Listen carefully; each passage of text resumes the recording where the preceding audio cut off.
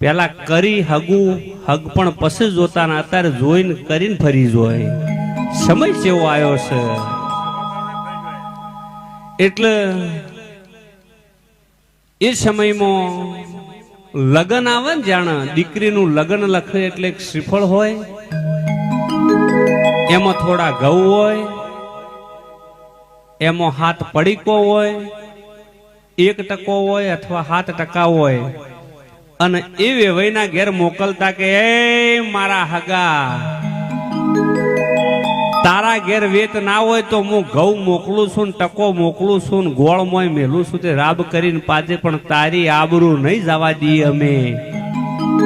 એટલે અમે તારા ઘેર આવો ને મારા માણસો એટલે જમાડજે. વેવાઈ એવો હોય થોડા ઘઉં અંભોરીને પાછા મોકલે, અમે તમારા ઘેર જોન લઈને આવવાના છે. એટલે મારા હગા, એ મારા વેવાઈ, તારું ને મારું 100 વર્ષનું હગ પણ છે. ગોળ ટોપરું ખાઈને આપણે વેવાઈ બન્યા છે, એટલે કોઈ દાડો તારી આબરૂ હું નહીં જવા દઉં.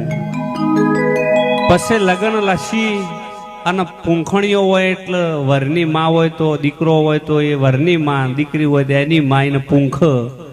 એમાં એક ડોહરું આવે બળદનું, એક રવાયો હોય, એક હોબેલું હોય, એક પછી બાજરીનો ડોકો હોય ને એમાં હોય. જે ઋષિ મુનિઓએ આગળ આપણા વડવોએ જે કર્યું છે ને, બહુ સરસ કર્યું છે. એ જમાનામાં ટેકનોલોજી નથી, પણ એમને કેટલું વિચારીને કર્યું છે, તમે વિચાર કરો. કોઈ માતા નહીં કહેતી કદી એક તમે ઉપવાસ કરજો, પણ તમને શ્રદ્ધા રહે. મંદિર છે ને, તમે દેવ તો વગડે મોનો તો મનાય, પણ મંદિરે જો એટલે તમારા આત્માને એમ થાય કે હું મારી માતાએ આવ્યો, અને તમારો આત્મા રાજી થાય એના માટે મંદિર છે.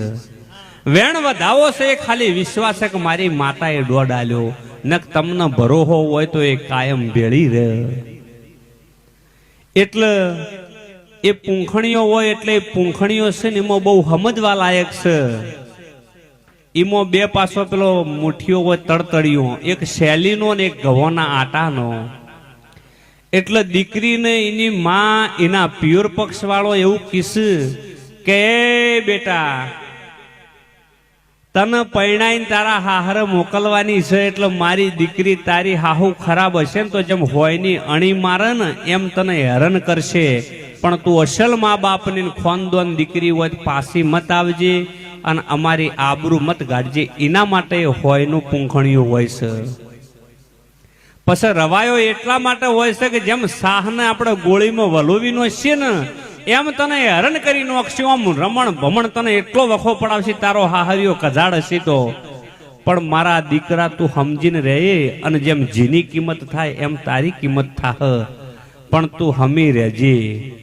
અને અમારી આબરૂ, દીકરી ફેરા ફરતી હોય 2 મુઠ્ઠીઓ વાળે, એક મુઠ્ઠીમાં એના બાપની આબરૂ હોય ને એક મુઠ્ઠીમાં પિયોરની, કે મારા મા બાપ હું જીવ્યો ને ત્યાં સુધી મારા પિયોરની કે મારા હાહરાની આબરૂ નહીં જવા દઉં.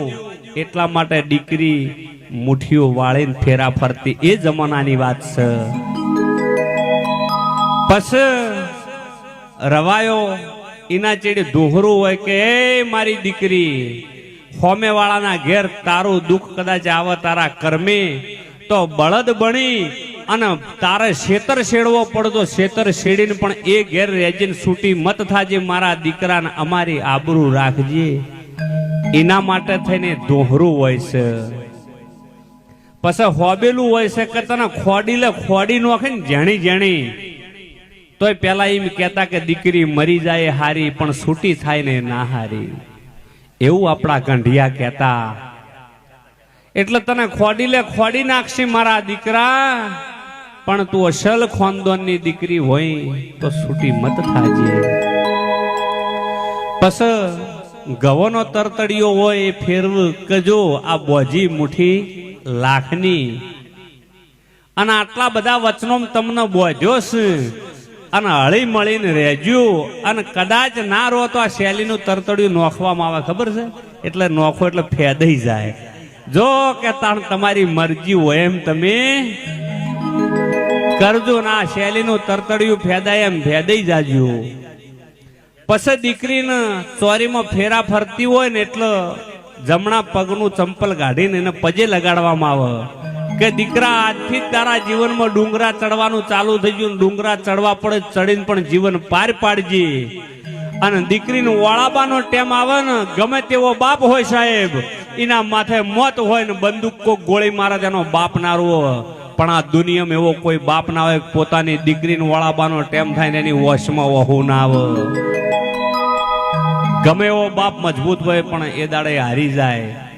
અને તોય વસ્તી એમ કે ગાડી જાતી હોય કે એના બાપે શું આલ્યું છે, અલ્યા એના બાપે એક કલાકની દીકરી હતી ને 20 વર્ષની કરી, જેને પોતાના જીવના ઘોડે હાચવી, કાળજાનો ટુકડો, કોઈ દાડો એનું માથું ના દુખવા દીધું હોય એવી કરોડો રૂપિયાની તને દીકરી આલી છે. અને વસ્તી તો પુરગત જોવો છે કે એના બાપે તિજોરી આલી કે પલંગ આલ્યો. અલ્યા ભલા માણસ એના બાપે એના કાળજાનો કટકો આલ્યો છે. હા, અને કે દીકરી તું હું છોડીને આવી, એને પિયોર છોડ્યું, એને મા બાપ છોડ્યું, એને બેનપણીઓ છોડી, એને ભાઈ છોડ્યા, એને બુન છોડ્યું, એને તમામ પિયોરનો ઝાડ નેની નેની ગલીઓમાં રમીને મોટી થઈ હોય ગલીઓ છોડી. અને તોય જેના ઘેર હારે જાય માણસ શું કે તું હું છોડીને આવી છે. ભલા માણસ એને છોડ્યું છે એટલું આપણે છોડી ના એક. અને દીકરી હારે હેડવાનો ટેમ થાય એટલે કંકુની થાળી કરવામાં આવે, અને એ થાળીમાં દીકરીના 2 હાથ પલાળી અને બાપના 2 ટોડલી એના પંજા મરાવવામાં આવે.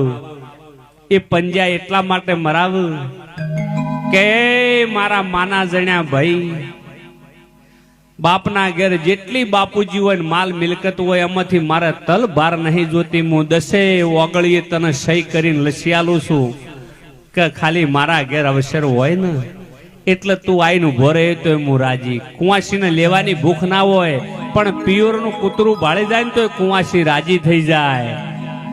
અને દુનિયાની વસ્તી એના કદાચ આમંત્રણે એના માન સ્વીકારીને આવી હોય, એના ઘેર અવસરમાં દુનિયાની વસ્તી કરોડપતિ માણસ આવ્યો હોય પણ પિયોરનું નેનું છોકરું ના ભાળે ને તાર કુંવાસી વાટ જોવો કે મારો ભાઈ નહીં આવ્યો, એ મારું પિયોર નહીં આવ્યું.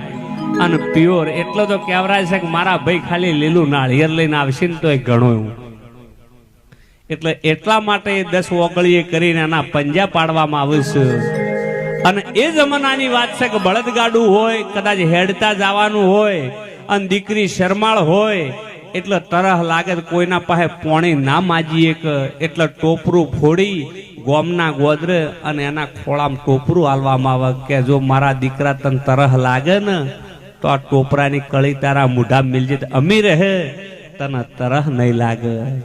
પણ અત્યારે ટેકનોલોજીનો જમાનો આવ્યો છે સવજી ભાઈ, સંસ્કૃતિ આગળની લાગણીઓ આપણા કંઢિયાના જે કરાર કરેલા લોકો ભૂલી જશે. અત્યારે તો હગું કર્યું હોય 4 દાડા થઈને ફોનમાં કોઈક બબાલ થાય કે પપ્પા મને નથી ગમતું, એના પપ્પાએ પાછા તૈયાર, ચલો બેટા છૂટું કરી દો હળો. ન કે પેલા દીકરી ગમે એવું દુઃખ હોય ને તો પિયોરમાં ના કહેતી કે હું કહે તો મારો મા બાપ મારી ચિંતા કરશે, એવી સમજણ